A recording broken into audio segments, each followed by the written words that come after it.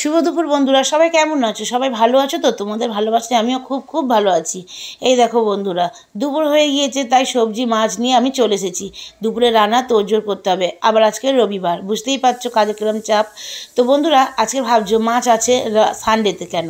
তো বন্ধুরা, অনেক চিকেন মাটন খাওয়া হয়েছে, একটু মাছ খেতে খুব ইচ্ছা হচ্ছিলো। তোমাদের দাদাভাইয়ের ছুটি ছিল, তাই আজকে বললাম তুমি আজকে সকাল সকাল একটু জ্যান্ত মাছ নিয়ে এসো।